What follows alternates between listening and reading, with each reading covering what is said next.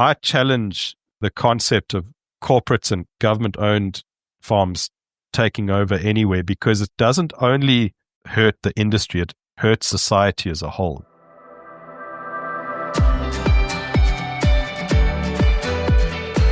Welcome to Leaders of the West, a podcast for innovators and changemakers.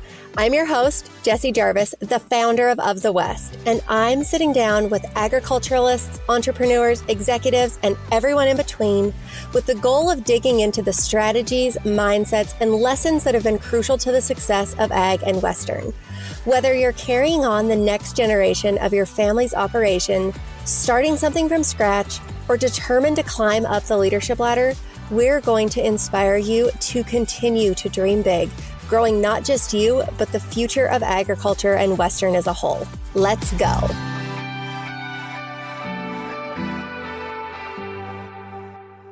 Hey, are you on the hunt for someone or something specific in our industry? Maybe you need a sale graphic built for a horse you're selling. Maybe you're looking for a bookkeeper who understands farm and ranch finances. Maybe you need a promo video built for your company, a website refresh, a business consultant, whatever it may be. You can find all of those and a whole lot more inside of the West's directory. It's the only place online where you can connect with freelancers and contractors who are all based in the agriculture and Western industries. You don't have to explain the nitty-gritty details of our industry because they already understand it. You can search by category, location, type of program they need to work in. Any way you can think of needing to search and finding somebody, you can do it. I promise life just got a little easier. To get started, you can go to ofthewest.co/directory. We are back with a brand new episode of Leaders of the West this week. If you guys love the livestock industry, or you are somebody who loves listening to different agricultural perspectives on a global level, you are going to love today's show. We are sitting down with PJ Budler. He was raised on a fifth-generation cattle operation in South Africa. At age 15, he founded his own beef cattle operation. And between 1996 and 2012, he grew that operation to 5 locations in 3 different countries. The Hereford, Angus, Red Angus, Braford, and Brahman herds achieved a whole lot of success, winning numerous national shows and setting a number of auction records on the continent. In 2012, PJ relocated to Texas, where he currently serves as the International Business Manager for Trans-Ova Genetics.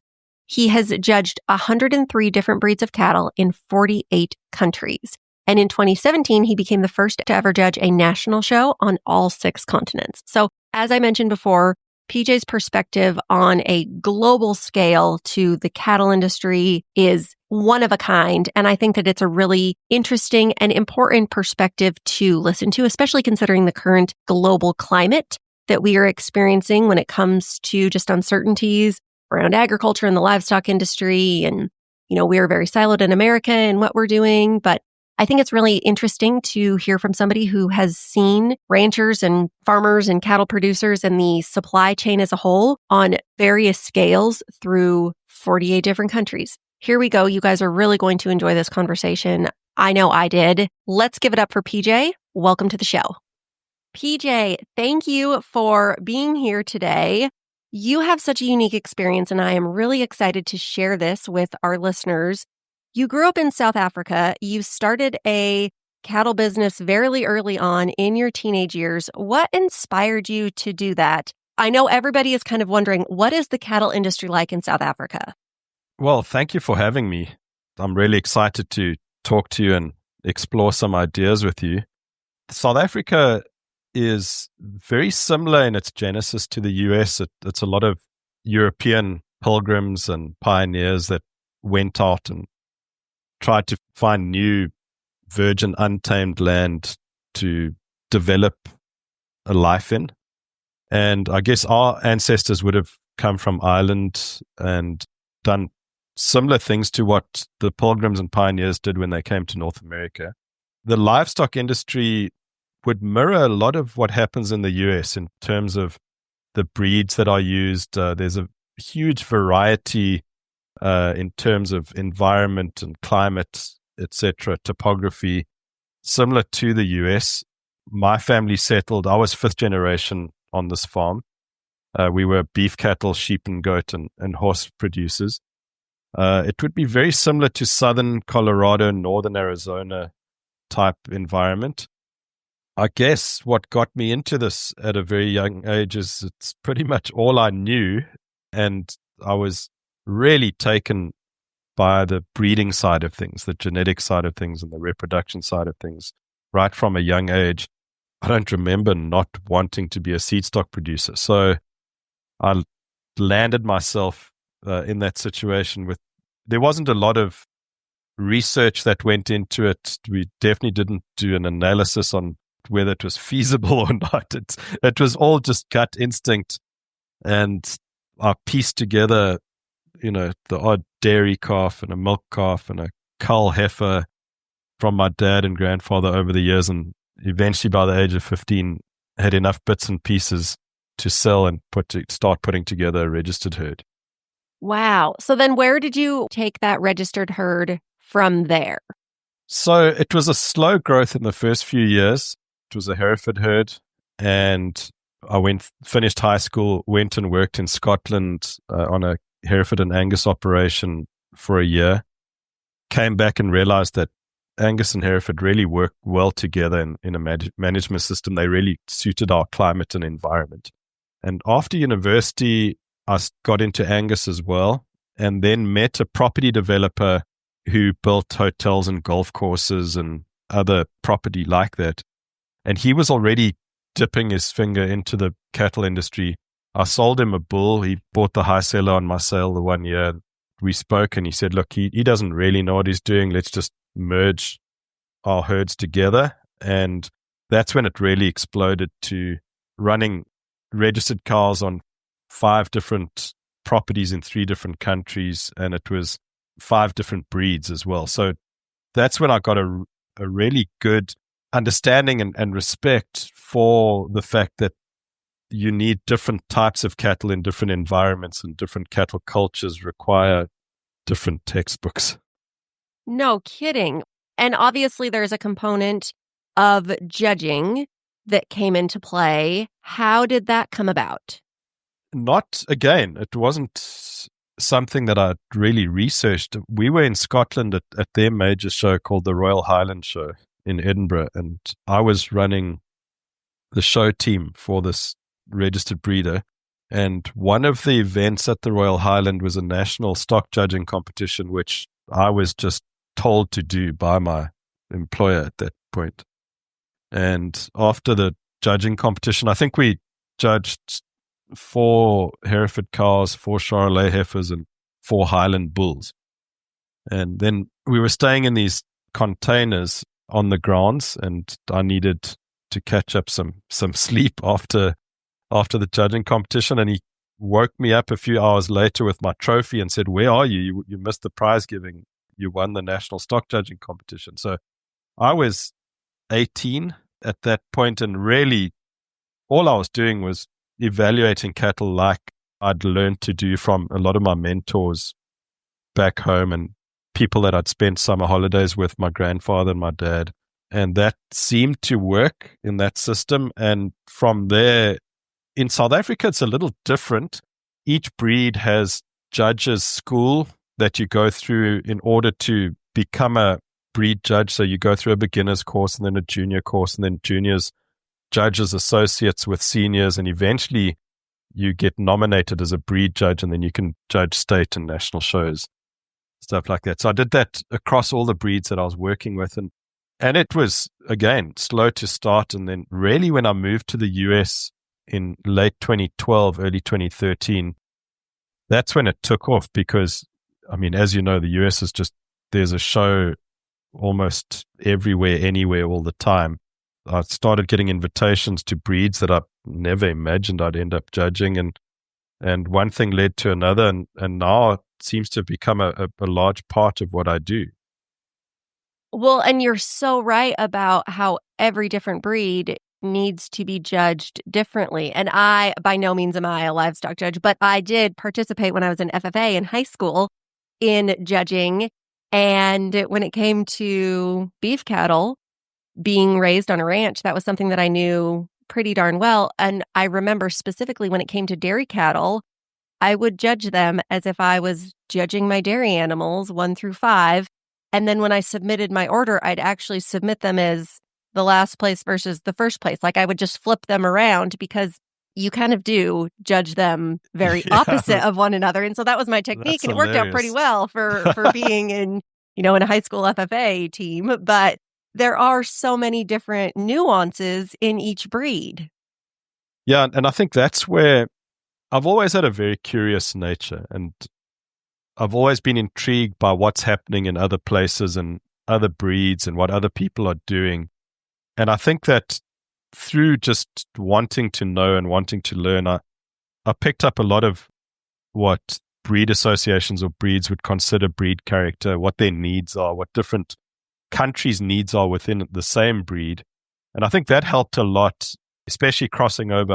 I do some dairy judging as well, where what does help is when you understand that whether it's a Charolais or a Brahman or a Holstein or a Wagyu, they're just cows. They're all just cows. And when you use that as a fundamental starting point and you realize, well, they have to be adapted to their environment, they need to be functionally efficient, they need to be fertile, and they need to have longevity. And then on top of that, you can build whatever objectives those breed associations have for their cattle. That's how my mind works when working through all these different breeds and types. And that philosophy does get you a lot of black eyes and blood noses, though, because, people get pretty dogmatic about their breeds. And when you don't respect where the white should or shouldn't be on an animal, or, little finer points that might not have any relevance to the beef industry itself or the dairy industry, you definitely can be caught blindsided by some of the more religiously attached to their breed producers. I was going to say that, there are a lot of those finer points that breeds really hang their hat on that in general are probably not noticeable to the rest of people, but they dang sure want to be noticed for that thing. So you have now judged over 100 breeds in 50 countries. So you have done this on a global scale. And when you think about the cattle industry on that global level, what would you say sets the United States apart versus maybe what other countries do differently and maybe things that we as Americans should be paying attention to? Yeah, that's a great question. I actually just got back from Switzerland last night. I was judging their Swiss Open show. I did 4 of their breeds and the interbreed, which had 16 champions from each breed, come in at the end. And we had a similar conversation there. The US in all industry was extremely well designed in that it created a single marketplace, which is just bigger than any single marketplace has ever been before. When you consider it's one currency, it's one landmass, it is one language, and there's no border controls between these 50 states and all the territories. That's a pretty remarkable start to build an industry from. And then on top of that, the infrastructure that was built in terms of road and rail and air, and then you combine that with the university systems, it's a really good platform to work with. So what's been produced through that process and those systems is an extremely efficient industry in the beef industry. We rank 4th in the world in cattle numbers, but we're 1st in terms of producing beef in the US. And that's just testament to how efficient our producers are, how efficient the feeders are, and how efficient the packers are. So that efficiency, I think, is the big separating point. Now, with that, the US is an extraordinary country, and American exceptionalism is not a myth. What I've learned, though, is that in any industry, in any cultural aspect, whether it's music or fashion or whether it's food or livestock, whatever it is, of all the countries I've been to, I can honestly say the US has the best of all of that. But it also has the worst of all of that. Like that independent spirit that Americans have got, it creates a scenario where everyone is a scientist or an inventor, and their farm or their ranch is their laboratory, and they're testing things and they're proving things and they're disproving things, and some of them are amazing and some are awful. And what comes out of that is a scenario where the rest of the world can then come to the US as a source country of technology, of knowledge, of genetics, of product, and they can choose just from the experiments that actually worked. So that's actually an advantage that the rest of the world gets from the US, is the US creates this massive experiment and the rest of the world comes and chooses just from that top 20%, Yeah, they get to cherry pick in that way. Absolutely. And so it's taken me the 12 years and a bit that I've been here to try and organize my thoughts around this, because getting back from Switzerland to North Texas, which no one makes postcards about the scenery in North Texas, but there's something about being here that the opportunity and just the culture of people have the ability to really try their ideas and follow their dreams. That's a real thing. I mean, upward mobility in the US is genuine. It's not a myth. But in that, you get a lot of bad ideas and bad products come through it as well, which I think is great. As consumers, we get to choose which one of those we want. And the cattle industry and the beef and dairy industry in the US is certainly not excluded from that phenomenon. No, not at all. So kind of going along with that, are there any practices or maybe certain philosophies that you wish more American producers would adopt? I think the first thing is adaptability, is making sure that cattle are adapted to their environment and to their climate. I think that propaganda and marketing often trumps that, where people are lured in or seduced by premiums or good marketing campaigns, and they think, well, this animal, because it's propped up to be the best, it means it can work anywhere. And the fact of the matter is, adaptability is the gateway trait where fertility and longevity can occur through functional efficiency. So if your animal's not adapted, it's never going to express its genetics. Now, the US, in a lot of situations, has, like, if you're playing Monopoly, you're supposed to start at begin or pass through begin. And the industry sometimes tries to start at level 5 instead of starting at level 1 the whole time. So what we see in summer is a lot of heat-stressed cattle in the US, which is not normal around the world.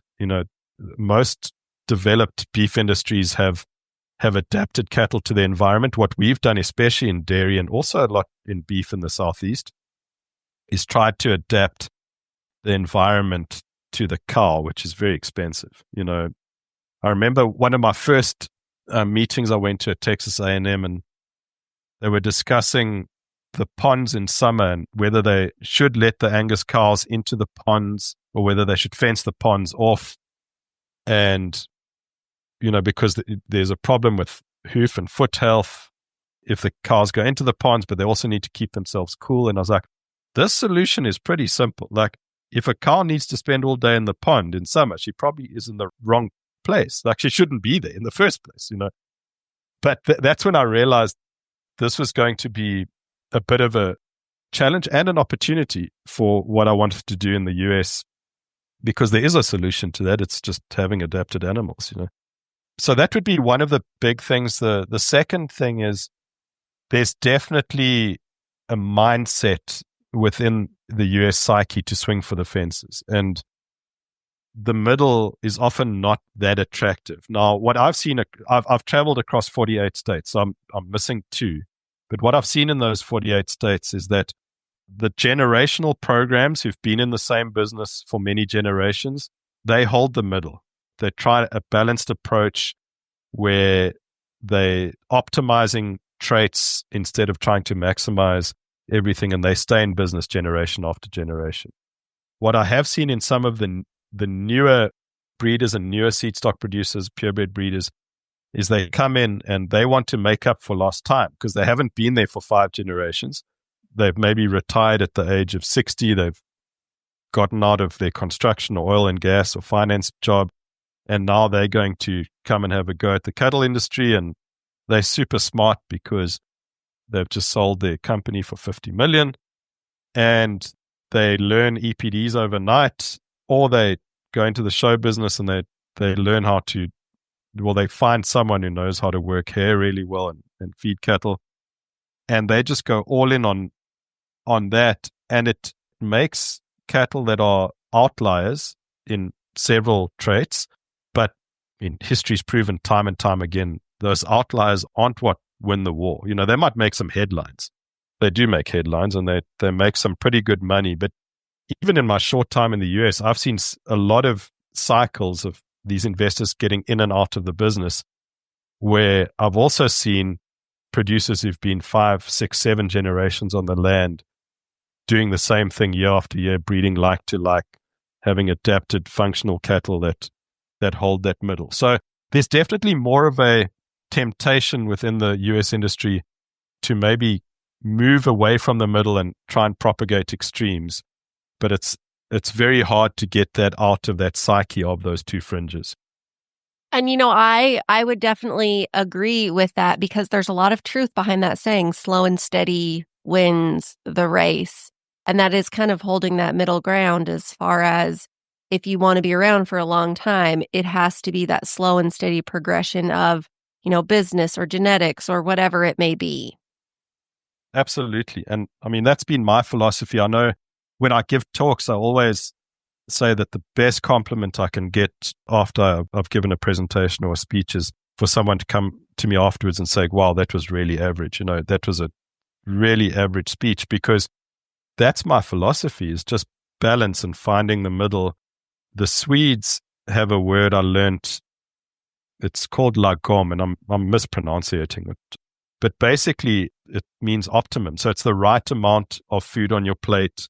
It's the right size house to live in. It's the right car to drive. It's a job that gives you that, the satisfaction and the work-life balance. And they aspire to this lagom. And when you look at what Forbes lists as their 10 happiest countries in the world each year on their list, those Scandinavian countries are always in the top 5 or 6. And their methodology of getting there is balance. So there's something to it, and I think it's certainly economical too, where if you apply that balanced approach to your business, you get rewarded financially. Well, and I think too, when it comes to, speaking of the U.S. cattle industry, and this is something that I've definitely learned from my dad, is there's always something that is the trend or like the fad of the moment. Maybe it's a breed, or maybe it's this specific trait. And I have seen a lot of producers who they just chase that trend. Well, it takes a pretty substantial amount of time, 5 to 10 years, to truly change your mother cow herd to follow that specific trend. And then guess what? In that 5 to 10 years, there's going to be a new trend. And so then whatever it was that you were chasing, well, that's not the cool thing anymore. So now you've got to spend another 10 years changing your cow herd to follow the trend. Like, just do whatever is best fit for you, because otherwise you're just there chasing your tail and not really actually making any forward progress. Yeah, well, I agree 100% with your dad's philosophy on that, because there's a guy in San Angelo, Texas. I don't know if you've ever heard of Mark McClintock. He's just a really good friend of mine. He's been in the industry all his life, and he once said something, and he might not even remember having said this, but I'm still going to credit him with it, that cattle breeding is not linear, it's circular. So basically, what I got from that was a straight line can just keep going up on a graph, and there might be no end to it. And what you were saying with trends, people are always going to push to see how far they can get that line on the graph. But when it's circular, it's like a clock. If the hands are ticking clockwise and 12 o'clock is optimum, when you get to 10 past 12, to get back to 12, you've got to go back around the clock again. And when he said that, and I hope this is what he was meaning, but that's the interpretation I got from it. I mean, we were out looking at his cows in San Angelo when he said that.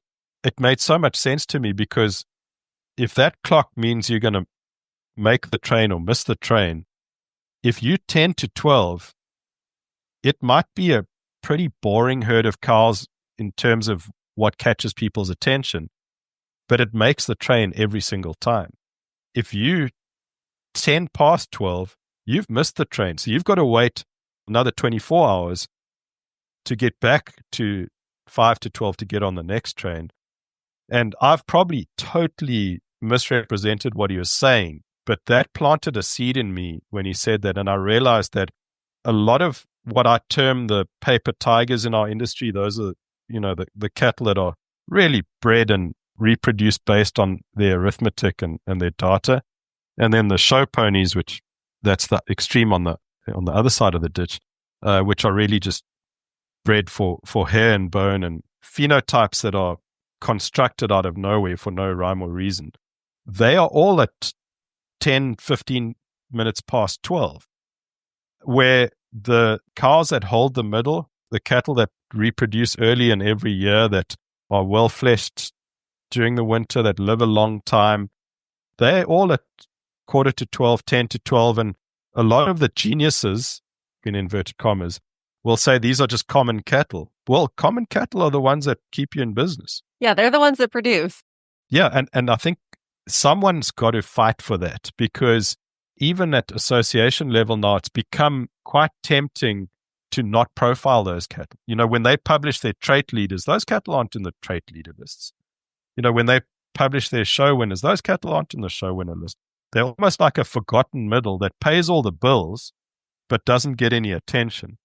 And my bias leans strongly towards those adapted, functional, fertile cows that live a long time, that keep family farms and private operations in business. Because what I've seen around the world is the minute these businesses become corporate or government owned or government subsidized, not only does the quality of the cattle diminish, the small towns, that the little communities disappear, because the money doesn't go back into the community. It goes back to these centralized big cities.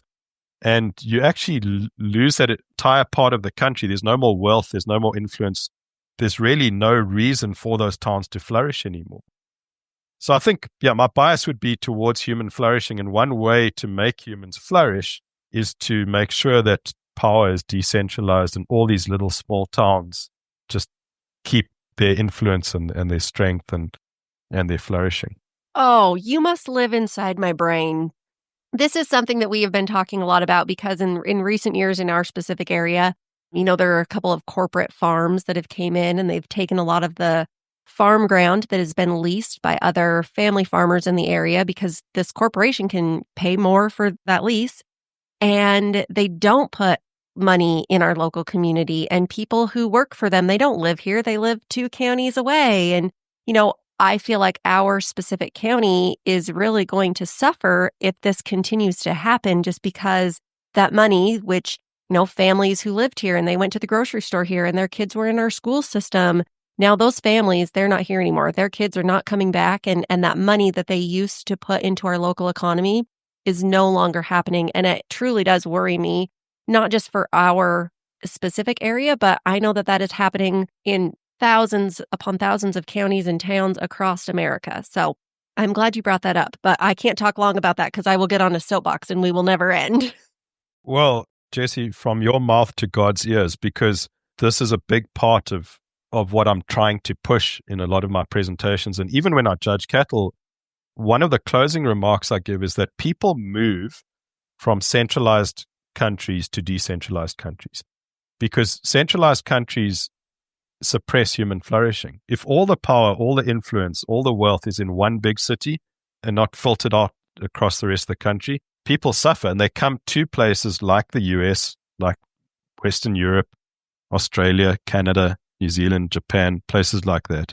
And one of the hallmarks of those places is that you can go anywhere in those countries and there's small little flourishing towns where the downtowns are beautifully kept, and that you can see that the houses, they're people who've got means in those houses. They're well kept. They're pretty gardens. There's a lot of places to eat and little shops. Now, that only happens for one reason. It's family farms and independent farms. Because if their money's not coming back into the town, there's no other way to have those little communities propped up like that. And then I can take that one step further as well.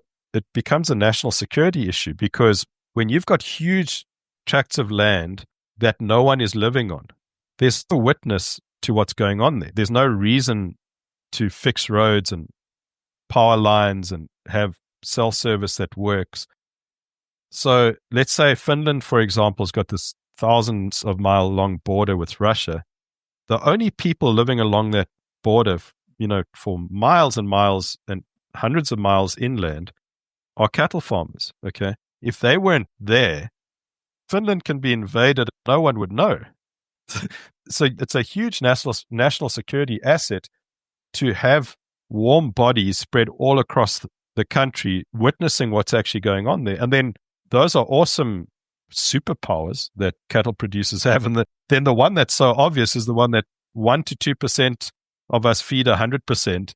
And that's the most important of all three of those superpowers. So I challenge the concept of corporates and government-owned farms taking over anywhere, because it doesn't only hurt the industry, it hurts society as a whole.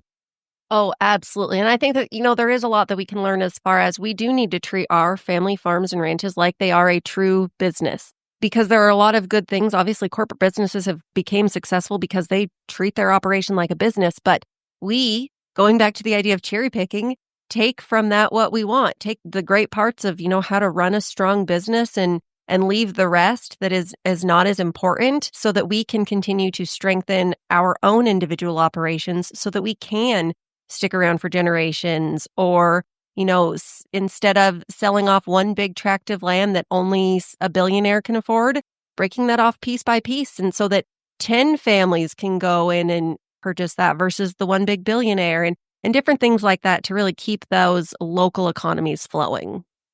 100%. I think we're on the same page there, because, it's been devastating to see some countries around the world where all the producers live in the big city and they drive or fly out to their farms for a day or two a week. And you just see how those small towns just absolutely disappear from that. And that's not good for the country at all. No. The profitability thing you brought up, that's also a big thing that I'm trying to organize my thoughts around and hone in on, because what makes a beef cow profitable? And the silver shiny objects that get put out in front of us, it's always, they focus on outliers for muscle or milk or marbling, for calving ease or low birth weight. And that's all fine. Those are important, but they're totally irrelevant if we don't first address step one: adapted cows that are fertile, that live a long time, and that are functionally efficient. And I think that whenever I read an article, you'll remember this, was it 2 years ago where 10,000 steers in Kansas died of heat stroke? Yes. Remember that? I mean, that was tragic. And I remember reading in one of the mainline cattle magazines or publications a breakdown of what could have been done better and how, this could have been avoided. And no one addressed how heavy those cattle are, what breed makeup they were, what color they were. These are all facts that are readily available and would have made a huge difference. But because there's a big power play between the packers, between the branded beef schemes, and then the fact that they advertise heavily in those papers, they couldn't write anything that might be deemed disrespectful towards any of those systems.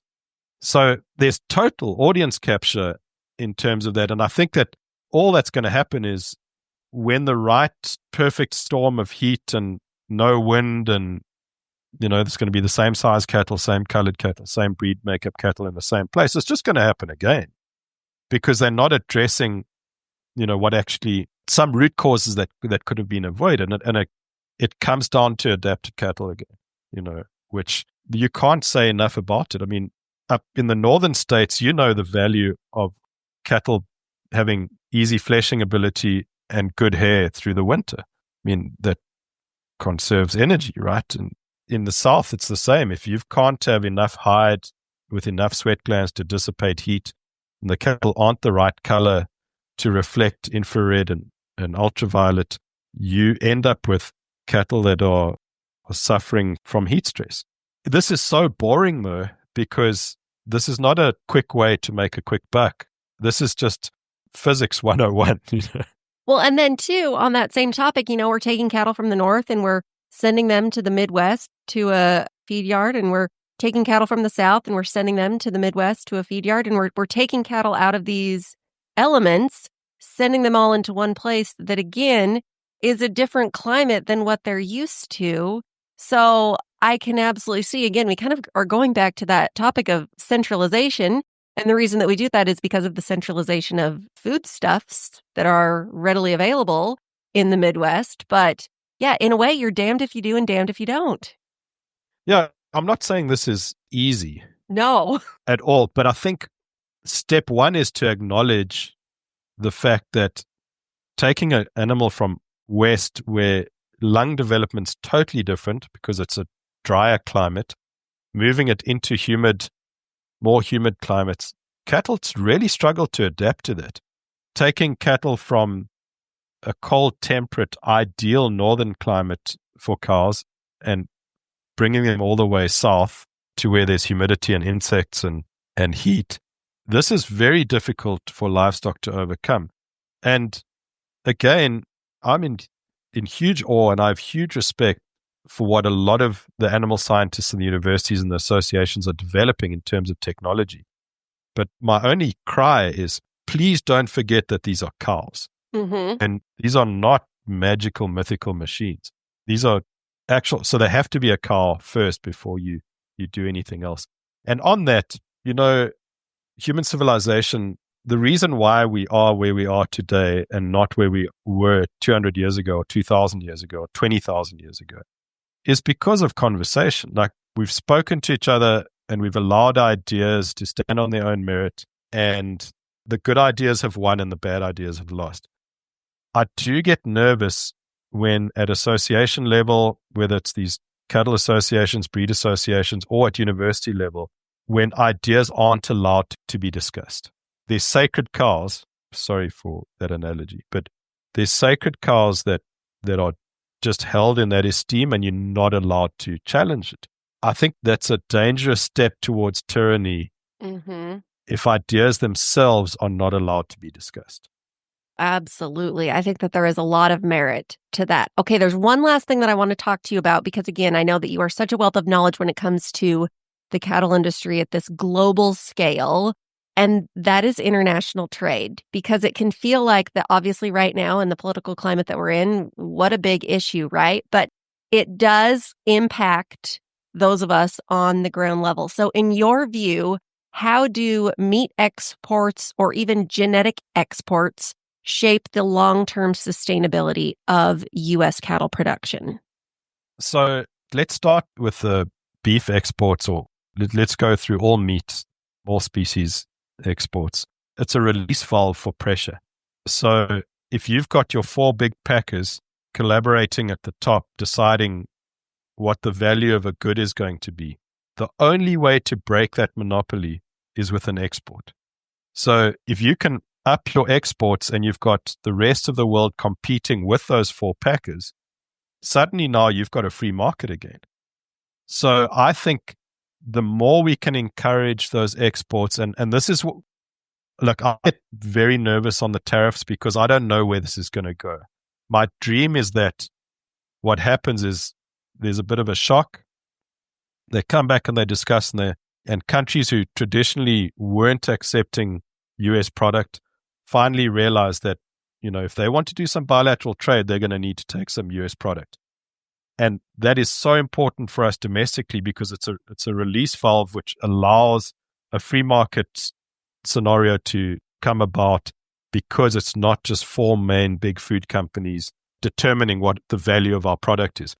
As buttoned up and polished as they are, they're still not capable of manipulating the international markets when they come in their hordes to come and compete on that beef. So I think that is extremely important, that we keep finding those channels for exporting meat.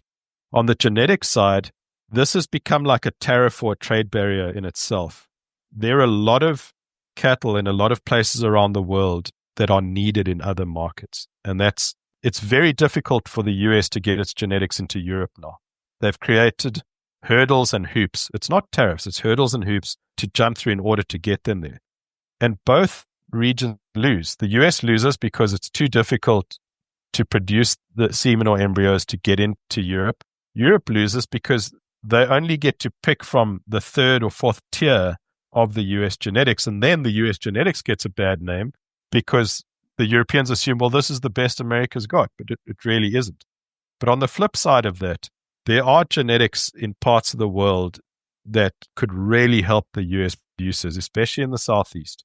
And the unnecessary hurdles and hoops and just flat out trade barriers that have been put in place, which makes those extremely adapted, functional, fertile, long-living genetics and practical genetics impossible to get to the US for no reason but bureaucracy. Like there's no actual health or sanitary reason to it.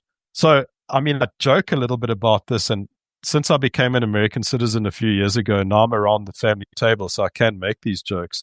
The US did write the book on free trade, but they haven't read it for a while. This is something that I would like to see a little bit more of, because the benefactor of this primarily will be the US producer, with bigger market, not just for beef, not just for genetics, for technology, for human capital, for ideas.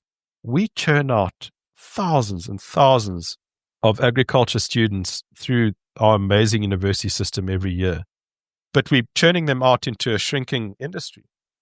Why not open up the opportunities for these students to the rest of the world, where someone who might be earning a paltry amount in West Texas on a ranch with a truck and a trailer and that basic wage can now be exposed to markets where they would be the expert, demanding a much higher wage and growing the surplus of what we can do in this industry globally. So I know I'm rambling here, but the closing idea... I love it. Keep rambling.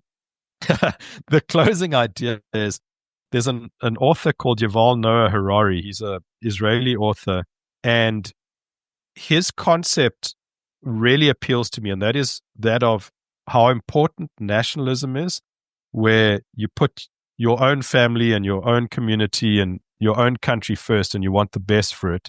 But that in isolation is dangerous when you forget what's going on in the rest of the world. Equally, globalists who really care about international travel and trade and what's going on in the rest of the world is really important, but dangerous if they're not taking care of business at home first, and they don't abide by the charity begins at home idea.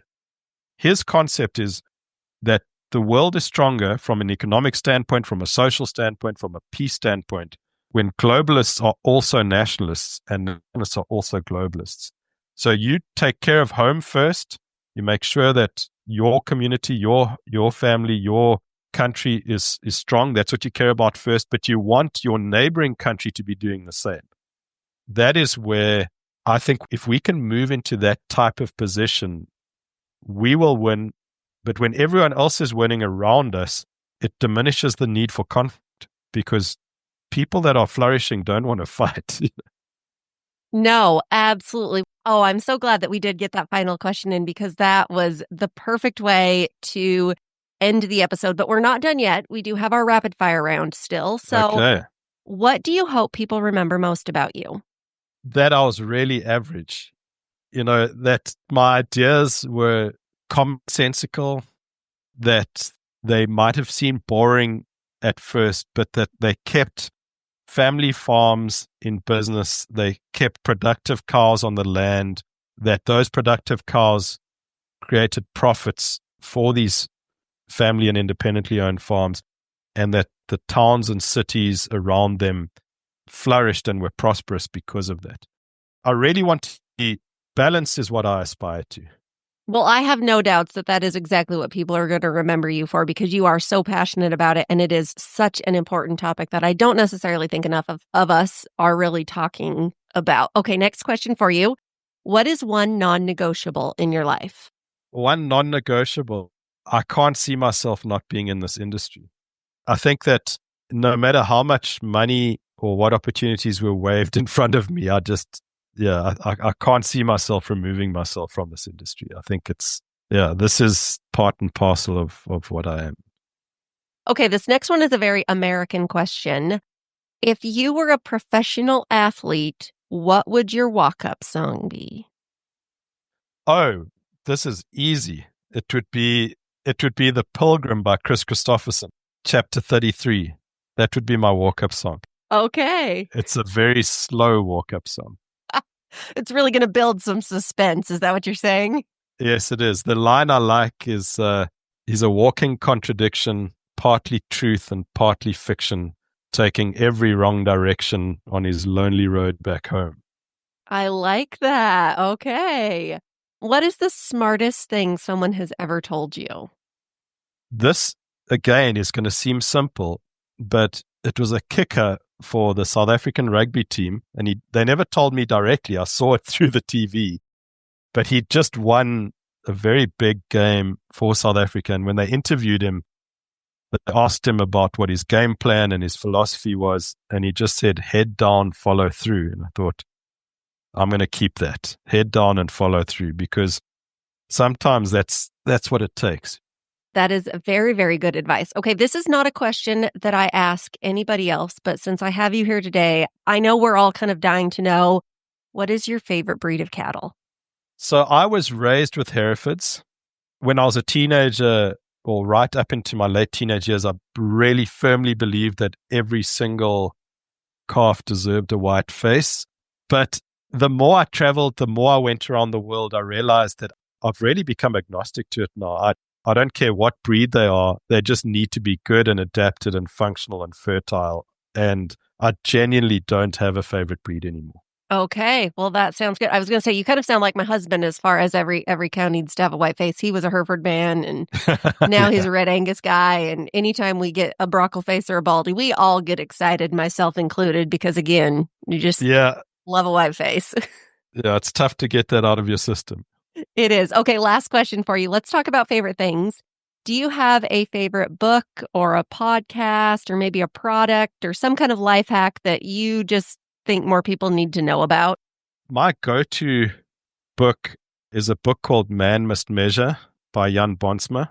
And what I like about it is he was, in my opinion, the greatest animal scientist that ever lived.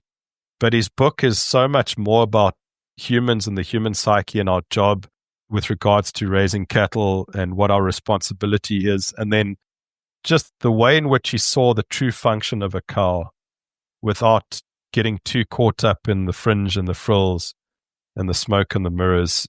And this book was written in the 1950s. And if you picked it up today, you'd think it was written yesterday. I was going to say, probably still pretty applicable. Totally applicable. Awesome. Well, thank you so much for hanging out with us today. This has been such a great episode. And I know our listeners, especially those who are in the cattle industry, are absolutely going to love it, my husband included. But thank you so much. Is there anything else that you want to share before we let you go for the day? I really appreciate you having me on, and I thoroughly enjoyed that. And I hope that your message gets out, because I think we share a lot of philosophies. We do. The next time I want to find somebody to complain about family farms selling out to corporations, I know exactly who I'm going to call. Yeah, send them to North Texas. Perfect. Well, you guys know, thank you so much for listening today. We will be back here next week with a brand new episode of Leaders of the West. So we will catch you then. Thank you all.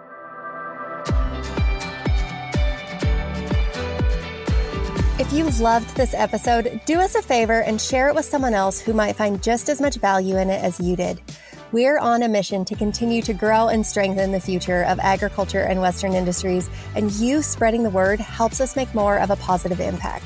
It also makes a big difference when you take a minute to go rate and review the show. We can't thank you enough for listening, for sharing, and for loving Ag and Western as much as we do. We'll see you back here for our next episode.